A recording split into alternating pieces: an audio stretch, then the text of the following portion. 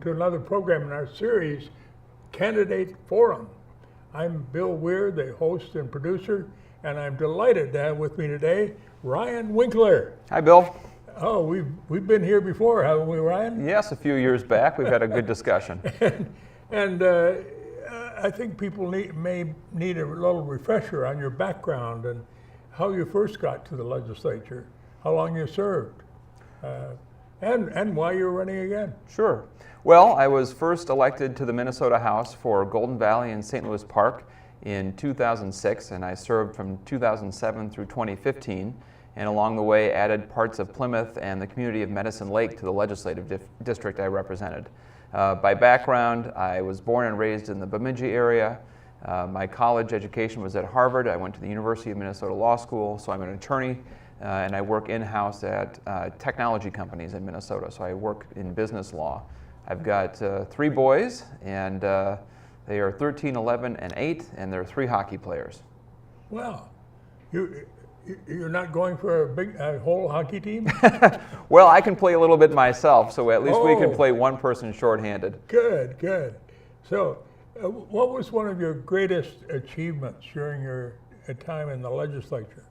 Well, I think the most important thing that I was able to work on was leading the effort to pass the state minimum wage law in 2014. We had gone decades without a good minimum wage increase in Minnesota, and so in 2014 we raised it to $9.50 an hour plus inflation. So that means that as of January 1 of 2018, it went up again to $9.65, and will keep going up annually as a rising floor on wages for all workers.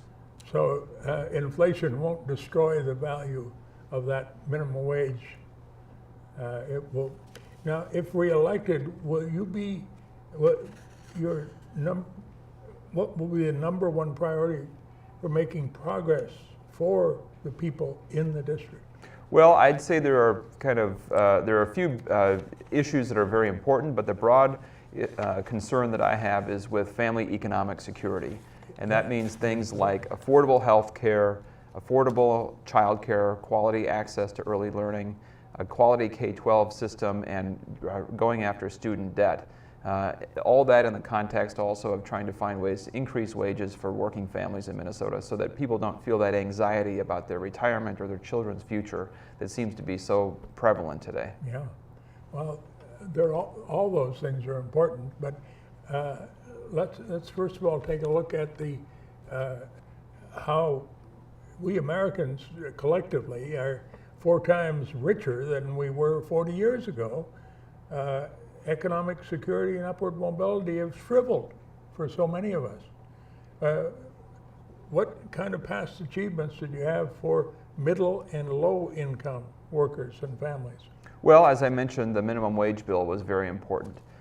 Beyond that, there are things that we need to do in education to make sure that every child has the ability to do well in school by having access to quality early learning, and so that working families are able to actually afford child care for their children so that they can stay in the workplace and keep earning money.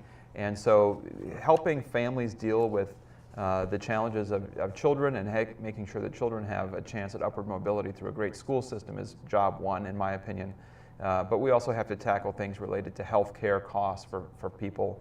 We need to find ways to promote a secure retirement, and there's just, the list of things that we can do and need to do is long. Let's talk a little more about the affordable health care. The insurance is getting sky high, and healthcare costs continue to rise. But what do you believe now is the best way to fix our broken healthcare system? Well, it sounds simple, but the problem with healthcare is that there are too many people in it who are making too much money in order to make it affordable for everybody else. Everyone from drug companies to device manufacturers, insurance companies. There's just, the investor class that is investing in healthcare is making a lot of money, and the rest of us are trying to chase after that with premiums and deductibles going up. I think what needs to happen is that some big, strong central purchaser of healthcare has to start negotiating down prices, and I don't think anybody can do that except the government. And so I believe in expanding our healthcare system to a single payer model where the public is paying their premiums and getting a lot more value for it. And I think we can do that in Minnesota, starting by creating a public option for Minnesota Care, meaning that everybody can participate in Minnesota Care, which Governor Dayton has already proposed.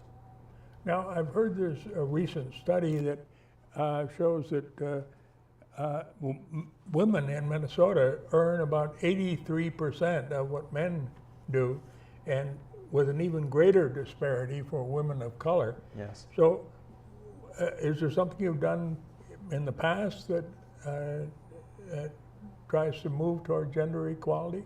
Well, what's happening is that we're creating a lot of jobs these days, but they tend to be in the low-wage service sector. Things like nurses' aides or restaurant workers or home health care aides, things like that. And so what we need to do, in my mind, is try to bring as many of those jobs as possible into organized labor and unionize them if possible as a way to help push up wages and increase benefits and job security. I think that's a big thing that we could do, as well as passing new sort of new norms for the labor market, like paid family and medical leave. Sick and safe time is something that people earn as they work. The kinds of things that help improve job quality, especially in the service sector, will help women and women of color, especially because they are especially concentrated in those industries.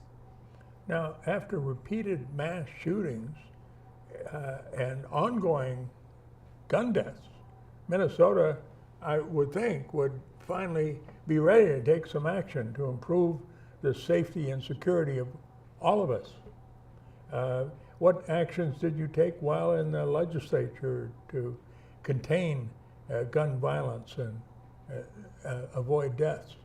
Well, in 2013, not long after the Sandy Hook killing in Connecticut, a constituent came to me, and her daughter had taken her own life with a gun, and she had depression, and she had warned her mom that she should never be allowed to buy a gun because she was afraid of what she might do with it. And there was nothing the mom could do to stop it. She came to me as a legislator, and we worked together on putting together a set of bills that would help empower individuals to kind of manage the fear or the danger of guns in their own lives by creating an opportunity to put yourself on the prohibited purchaser list if you want to voluntarily, so that if you're ill you can't get a gun, and to allow people to put guns in the temporary care of a sheriff or police department, so that if you felt like it was dangerous to have guns in your home at one particular time, you could get rid of them and make sure that your family is safe or your community is safe. Now, those are kind of very simple bills, but the idea is to help with suicide prevention with that, and suicide prevention is by far the most common form of gun death that we face. And I do support a broad variety of other common sense things like restricting assault rifles and so forth, but my record is to look for ways where we can actually make a difference based on the facts and the way people are living, and we need to continue to do that. And personally, I think it's time that we start taking real action. Do you think it's a public health crisis right now? I do think it's a public health crisis. I think that especially mass shootings, the death from accidental shootings and so forth is happening because guns are prevalent, and people culturally or for some reason feel like they are safer by having that kind of firepower on hand. And personally, I don't feel safer with more guns in society, even though I'm a hunter and grew up around guns and own them. I don't feel like having more people looking out for their own personal protection with their own firearms makes us safer. Now, schools are more segregated than ever, it seems, and the achievement gap persists. College is increasingly unaffordable, especially for first-generation students. Do you see some solutions that you can support to close the achievement gap? Well, I do think the best thing that we can do to close the achievement gap is what I had mentioned earlier, and that is to provide access to high-quality early learning for every student. So regardless of your family's financial background, a child is able to get the kind of high-quality early learning from 0 to 5 before they get to school, which research shows, from very conservative economists, shows is the very best way that we can spend money in the public sector, because it pays us back for years to come with the kind of initial investment and the initial development of that child. I think that would be an enormous help. But we have to continue to provide an education in the school system that teaches the whole child, not just makes them test takers in reading and math, but looks at their interests in sports and activities and arts and all the things that we look for in a well-rounded, well-educated person, that comes from having a teacher who has the time and the resources to address each child's needs individually. That, I think, is how we ultimately can address the achievement gap. Good. And is there anything you can do to help make a college education more affordable for those that need an education? Well, I think that college is a little bit like healthcare. While worker wages for the last 30 years have been flat, college tuition and healthcare have gone up by about 1,000%. And so, of course, the public universities, the state colleges, and the University of Minnesota receive funding from the legislature, and more funding from the legislature should help them keep down tuition. And in fact, in my previous service, a bill to freeze university tuition for 1 year was what we insisted that we use the additional appropriation for at the university and at the state colleges. I think continuing the public support is important, but we also have to address the culture of higher education and the fact that there doesn't seem to be any incentive for them to keep tuition down to make it affordable for all students. We need to start addressing what is wrong in our higher education system that makes them feel like they can continue to increase their costs without any respect for what that is doing to families and to the economic security of people who are going into student debt. And personally, I'm still paying off my student loans, so I know what this is like. Yes. Do you support some kind of policy that would address the crushing student debt facing so many of our young people and even middle-aged people? Yes, thanks. First of all, the cost of tuition has to be brought under control so that there's less need for student debt. Second of all, we have to look at ways of more inexpensively refinancing the student debt that is out there and making sure that the companies that are doing the servicing on the student debt are not cheating and creating higher fees than are necessary for students. For example, the state of North Dakota has a state bank that is a place where the students in North Dakota get very low-cost student loans. And Minnesota could do something like that to refinance student debt through a public entity to keep the cost down while we work in the long run in sunsetting the need for student debt at all by bringing tuition costs down. Good. And there's so many other issues. I hope we can even broaden this out more, but one we must not forget is the global climate change, which I see as one of our biggest challenges. Perhaps you do too. Perhaps because of this human pollution, our world's climate and weather patterns are changing in devastating ways. So what policies do you support that will help Minnesota lead in protecting our most precious resource, the environment? Well, certainly we need to transition from a fossil fuel burning energy system, whether that's in our vehicles or electrical plants or any other part of the economy. We need to shift from burning fossil fuels to renewables like solar and wind. And when I was in the legislature, my first term, we passed a renewable energy standard that said that all electricity produced in Minnesota by 2025 had to be 25% renewable. The power companies resisted that legislation, but what actually happened is that within a few years they achieved the goal well before the deadline. And by continuing to raise our expectations about how we produce our energy and how clean it is, we are going to be able to continue to let the marketplace figure out how to meet those standards. And so far that model is working. We just need to be more aggressive. We also need to empower community-based solar and local wind projects as much as possible and make sure that those jobs are being done, the work is being done by local Minnesotans, not people shipped in from out of state, and if possible that they are union jobs so that they're paid well for the work that they're doing. Because as we transition out of coal and oil and nuclear, other forms of energy production, we're displacing a certain number of jobs that traditionally have paid a middle class wage. And when we're replacing them with the clean energy jobs, we need to make sure that they are also paying a middle class wage. Good. And there's so many more topics. What do you think of that we haven't covered yet? Well,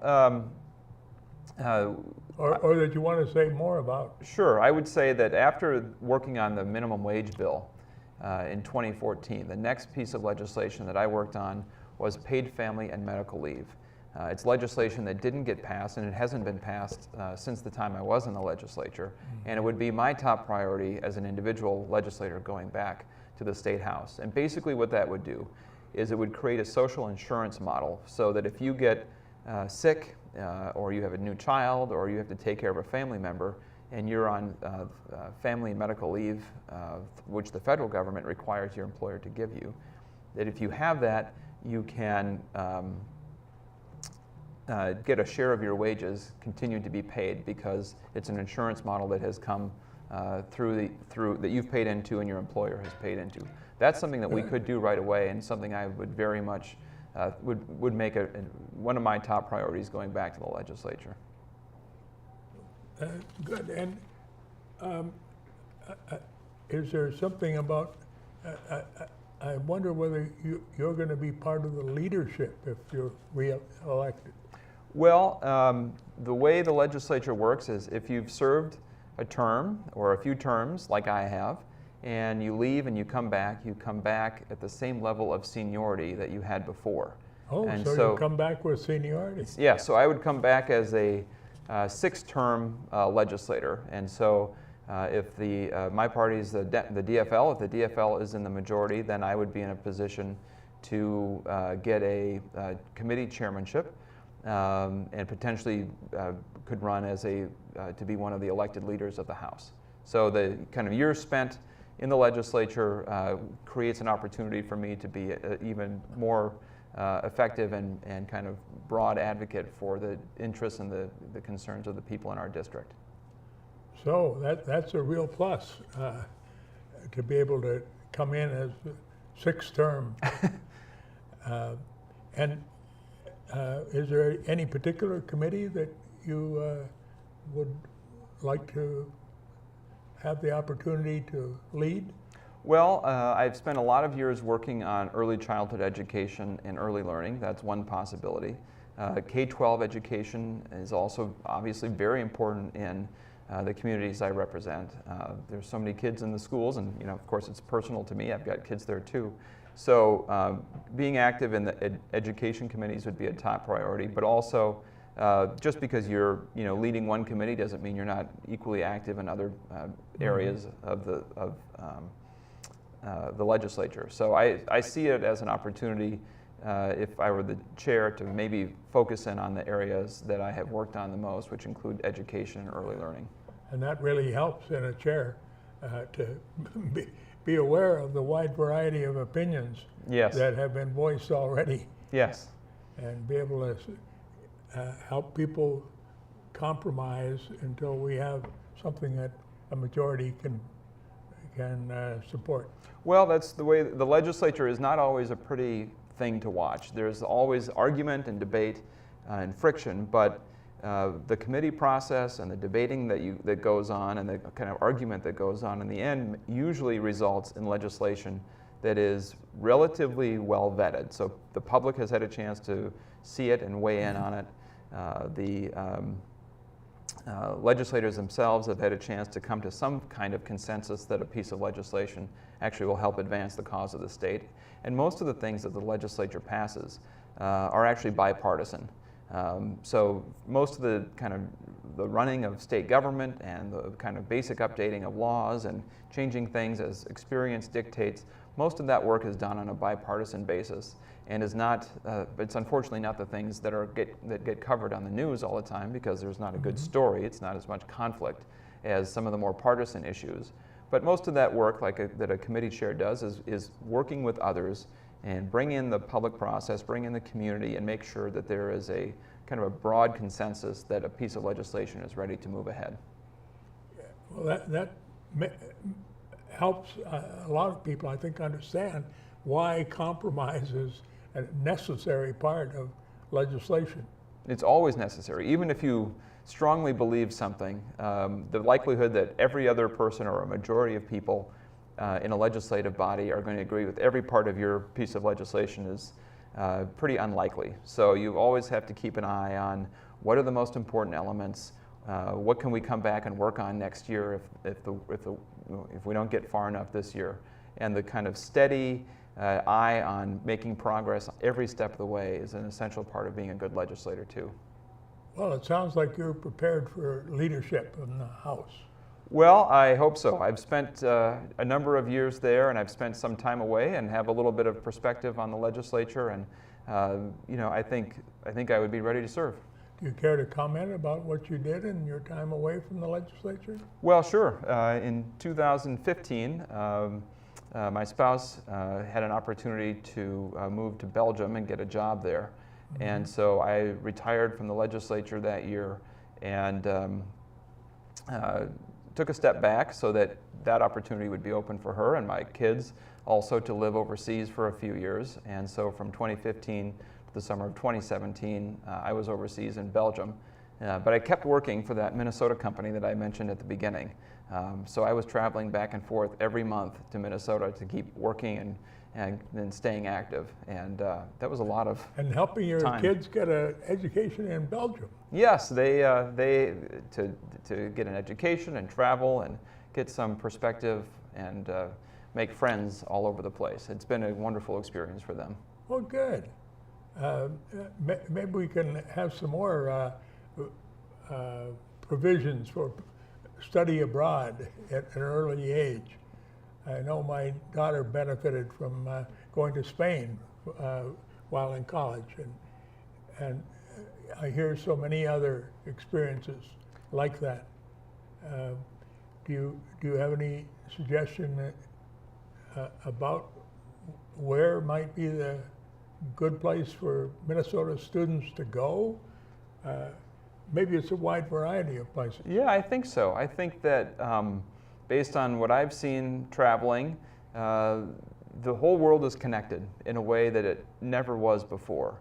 And if you go from a big city in the United States like Minneapolis to a big city in Europe or India or China, there are certain commonalities that take place amongst all of those communities. And so I don't think you can go wrong by getting out and seeing a different part of the world. You don't have to see all of it, but if you see some of it, you kind of realize how connected the world is and how many of the problems and challenges that we face locally in terms of inequality of wealth and the reaction that people have against rapid social change or climate change and the environment, or providing adequate resources for education while taking care of a population that's aging. So many of the things that we are grappling with in Minnesota are the same that are being dealt with other places.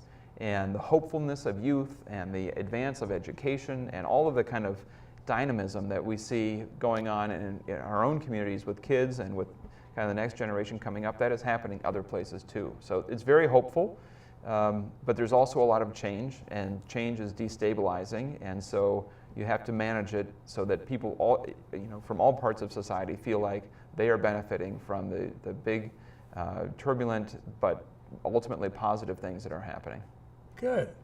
And Ryan, you said an awful lot in this short time, but would you want to maybe take as much as 4 minutes to sum up what it is that makes you the best qualified candidate to represent the people of 46A?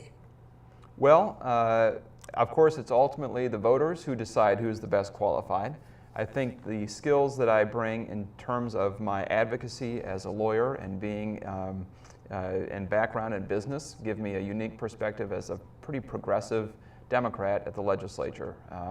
I feel like I'm ready to go toe-to-toe with anybody on any issue. If it affects our community, I'm ready to be an advocate for it. But I also have spent my time working to building partnerships with people in the community and partnerships with people across the state to help make Minnesota the best possible place for the next generation to grow and thrive. A clean environment, a sustainable economy that helps bring everybody along and creates opportunity for everybody, recognizing changes in rural areas and people being marginalized and left behind in certain urban areas. All of these challenges are things that we can address if we build relationships and if we work together and understand how we can make public policy together. And I think my experience and background and my wide circle of relationships and experiences help me to see how we can bring those things together and make progress here and now that will help for the next generation. And I'm fired up and ready to go back to do that work again. Well, good for you. And thank you very much, Ryan, for Thanks, Bill. being with us.